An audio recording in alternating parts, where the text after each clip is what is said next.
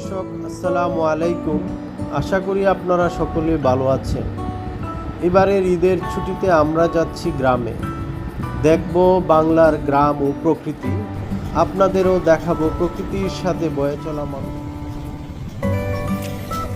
আর সেই জন্য আমরা জলপথে পাড়ি দিব মেঘনা নদী। মেঘনার এই অংশটি ঢাকা ও চট্টগ্রাম বিভাগকে আলাদা করেছে।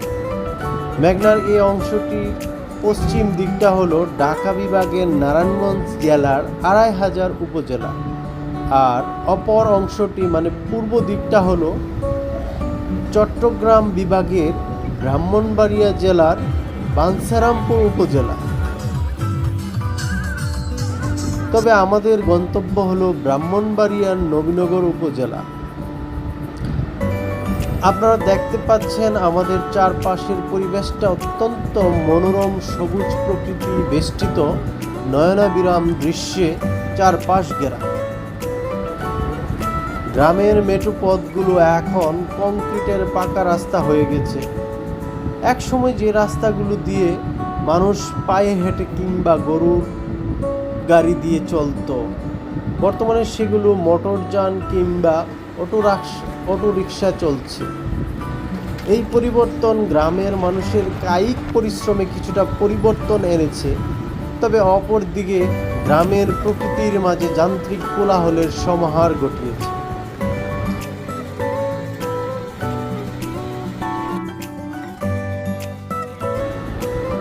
তারপরও গ্রাম যেন নির্মল প্রকৃতির উৎস হয়ে দাঁড়িয়ে আছে। শহরের কার্বনযুক্ত বাতাস আর কংক্রিটের দেয়ালের মাঝ থেকে বেরিয়ে এসে স্নিগ্ধ সান্নিধ্য পাওয়ার গন্তব্য হলো গ্রাম, যা প্রাকৃতিক প্রাচুর্যে সমৃদ্ধ। তাই আমরা আজকের ঢাকার কোলাহল ছেড়ে নির্মল শান্ত সবুজে ঘেরা প্রাকৃতির খুঁজে যেতে যেতে আমরা দেখছি অনেক গ্রামের দৃশ্য, কাঁচা ঘর, পাকা ঘর, উঁচু উঁচু গাছপালা। এখন গ্রামেও অনেক বহুতল বিশিষ্ট ভবন তৈরি হচ্ছে, হারিয়ে যাচ্ছে গ্রামের কুড়ে ঘর আর মাটির ঘরগুলো।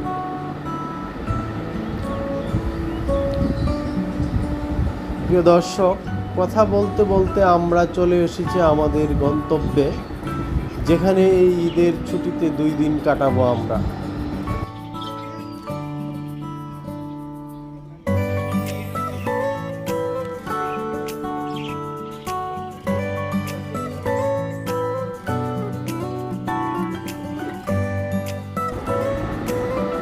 বাড়ির ভিতর থেকে জানালায় তাকাতেই চোখে পড়ে একরাশ সবুজ, কানে বাজে পাখির কিচিরমিচির গানের শব্দ।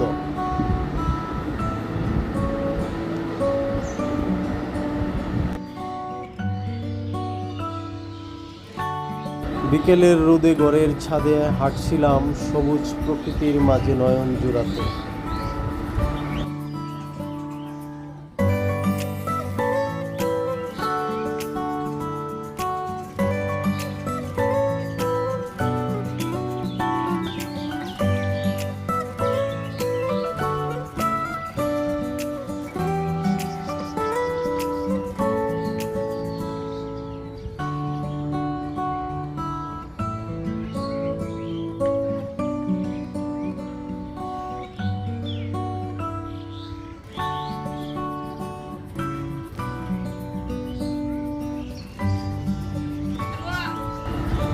আর দূর মাঠে রাখাল গরু ছাগল চড়াচ্ছে সেই দৃশ্য দেখছিলাম। পাখির কিচিরমিচির শব্দ শুনতে শুনতে বাড়ির ছাদে হাঁটতে হাঁটতে স্মৃতি টেনে নিয়ে যাচ্ছিল অনেক পিছনে। গ্রামের বাড়ির সামনে রয়েছে বিশাল সবুজ ফসলের মাঠ।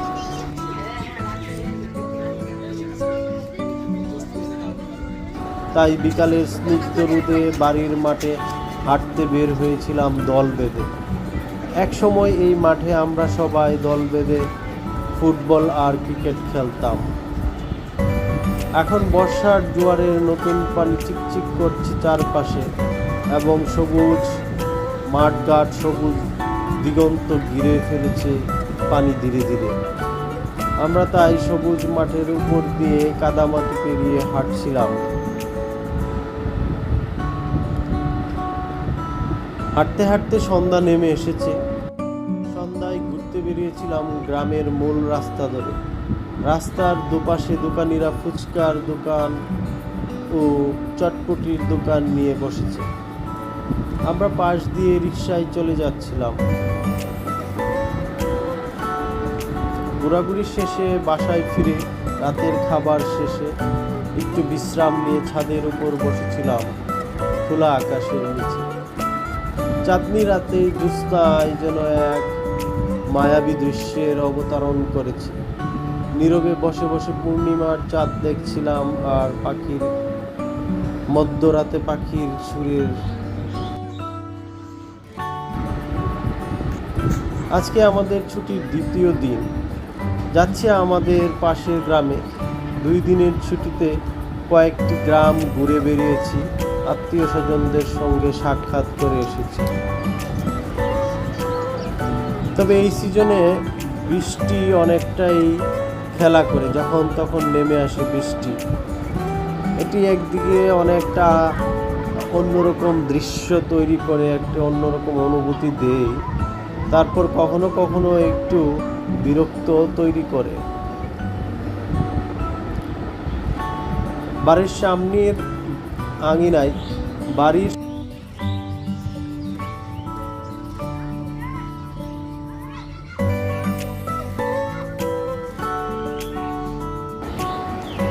ঈদের ছুটিতে বিকেলে ছেলে মেয়েরা মাঠে খেলাধুলা করছে, আবার কেউ কেউ দল বেঁধে আড্ডা দিচ্ছে গাছের নিচে, গান গাচ্ছে লম্বা সুরে।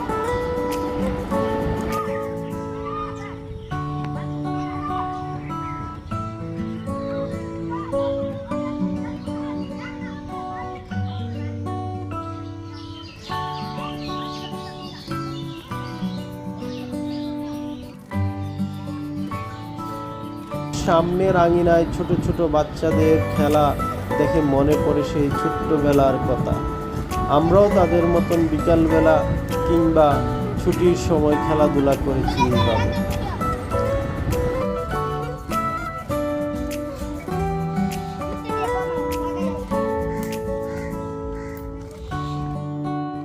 বাড়ির সামনের পুকুরটা অনেকটা বদলে গেছে, তারপরও এটি ধরে রেখেছে অনেক শৈশবের স্মৃতি।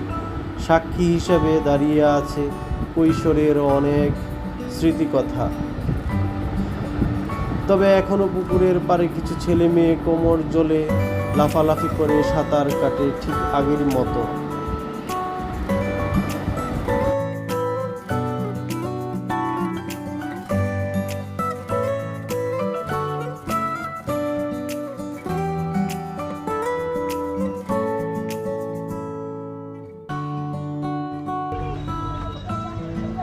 বাড়ির সামনে তাল গাছে বাসা বেঁধেছে অনেকগুলো বাবুই পাখি।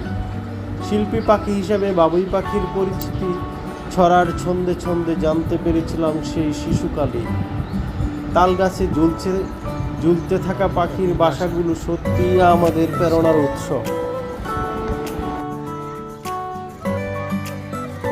এবারের 2 দিনের ছুটি শেষে আবারও ফিরে চলছি জীবন জীবিকার স্থান ঢাকার উদ্দেশ্যে।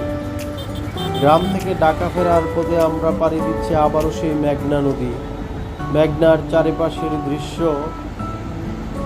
এক অপূর্ব পরিবেশ তৈরি করেছে। ফেরার পথে বিকেলে সূর্য ডুবে যাচ্ছে দিগন্ত পানে। আমাদের মতন বহু মানুষ ফিরে চলছে তাদের গন্তব্যের উদ্দেশ্যে। সবাই অধীর আগ্রহ দৃষ্টি নিয়ে তাকিয়ে আছে তাদের গন্তব্যের উদ্দেশ্যে।